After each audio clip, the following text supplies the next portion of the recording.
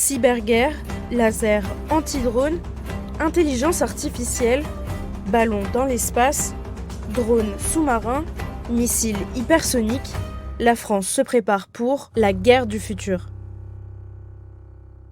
Les armées doivent se battre dans beaucoup plus de domaines qu'avant. Lui, c'est le directeur adjoint de l'Agence de l'innovation de défense, la division du ministère des Armées chargée de détecter et développer des technologies de pointe pour un usage militaire. Il ne parle pas souvent, alors écoutez bien parce qu'il va vous expliquer à quoi ressembleront les guerres dans 5 ou 10 ans. Plus seulement sur terre, sur mer et dans les airs, mais aussi dans des espaces complexes au fond des mers, où on doit protéger nos infrastructures, nos câbles sous-marins, dans l'espace exo-atmosphérique, dans le champ de la lutte informationnelle. Vous connaissez les fake news et l'effet que ça peut avoir sur une population, et dans le champ cyber. Il y a beaucoup de moyens, d'actions cyber dont on doit se protéger. Donc ça, c'est notre première finalité, nous préparer à agir dans ces domaines, pour savoir qui agit contre nous et comment répliquer. On observe aussi que de nouvelles technologies émergent, qui ont un potentiel de rupture, et qui pourraient donner l'ascendant à d'autres pays si nous étions en retard. Et donc nous travaillons sur une dizaine de technologies, qui sont citées par la loi d'ailleurs, les technologies du quantique, de l'intelligence artificielle, technologies hypersoniques. Il y en a d'autres sur lesquelles on travaille et qui vont peut-être déboucher dans 5 ans, dans 10 ans, mais pour lesquelles il est important de se préparer parce que le travail de recherche à accomplir est long et nécessite un effort persévérant. On a des relations avec des laboratoires scientifiques comme le CNRS, qui peuvent nous éclairer sur les futures technologies émergentes qu'on n'a pas encore vues dans notre champ de travail. Nous connaissons le quantique, l'intelligence artificielle. Le CNRS, par exemple, peut nous informer qu'une nouvelle technologie va prendre le rang de ces technologies.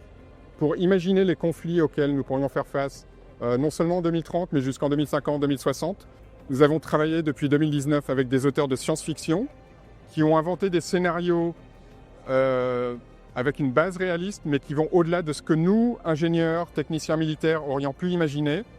Et nous passons à l'échelle cette expérimentation avec le projet Radar, qui a démarré l'an dernier et qui arrive au terme de sa première année de travail. La nouveauté de Radar, c'était d'ouvrir cette initiative à la société civile, car la société civile, les industriels, mais l'ensemble des citoyens peuvent nourrir nos réflexions stratégiques et nous aider à mieux imaginer le conflit de demain auquel se préparer. Justement, l'agence a été créée pour multiplier nos modes d'action. À l'origine, nous étions plutôt dans un mode directif où nous savions à peu près ce que nous voulions faire. Et nous demandions à des industriels de monter les technologies en maturité pour qu'on soit prêt à développer un nouvel avion, un nouveau sous-marin. Nous avons pris conscience que surgissaient spontanément dans le secteur civil beaucoup d'innovations pensées pour un marché civil, mais qui peuvent avoir une utilité pour les militaires. Et donc nous nous sommes organisés avec la création de l'Agence de l'innovation défense en 2018 pour détecter ces innovations, les évaluer et le cas échéant les adapter à nos besoins.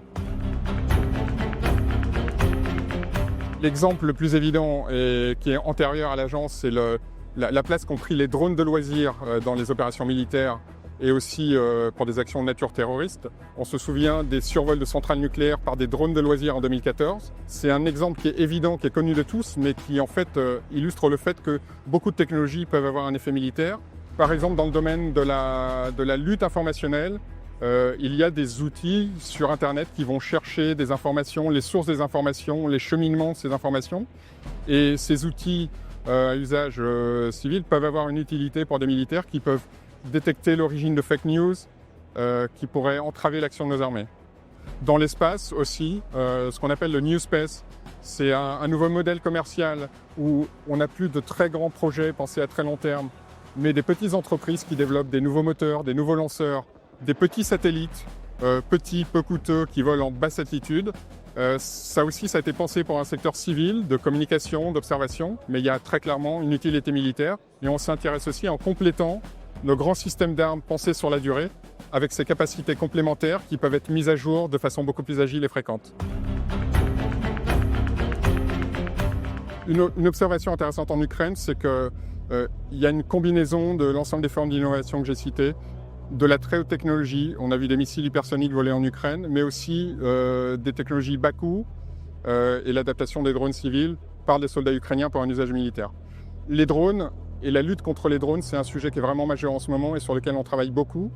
Et on développe des choses assez futuristes comme les armes à énergie dirigée, par exemple les lasers ou par exemple les armes électromagnétiques. Les lasers, c'est un sujet où la France est en avance. Nous avons déployé pour protéger les Jeux Olympiques à Paris, près du Stade de France, le premier laser opérationnel pour lutter contre les drones.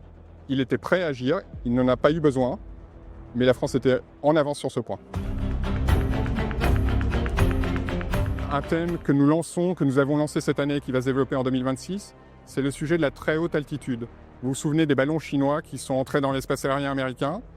C'est quelque chose contre lequel on se prépare en agissant sur les moyens d'observation, comment détecter l'intrusion de ces ballons dans notre espace aérien, et sur l'action, comment les neutraliser. Et cette intention fait l'objet d'un ensemble de projets d'expérimentation, de développement à plus long terme. Travaillons par exemple avec l'ONERA pour développer un radar à très longue portée qui verrait au-delà de l'horizon.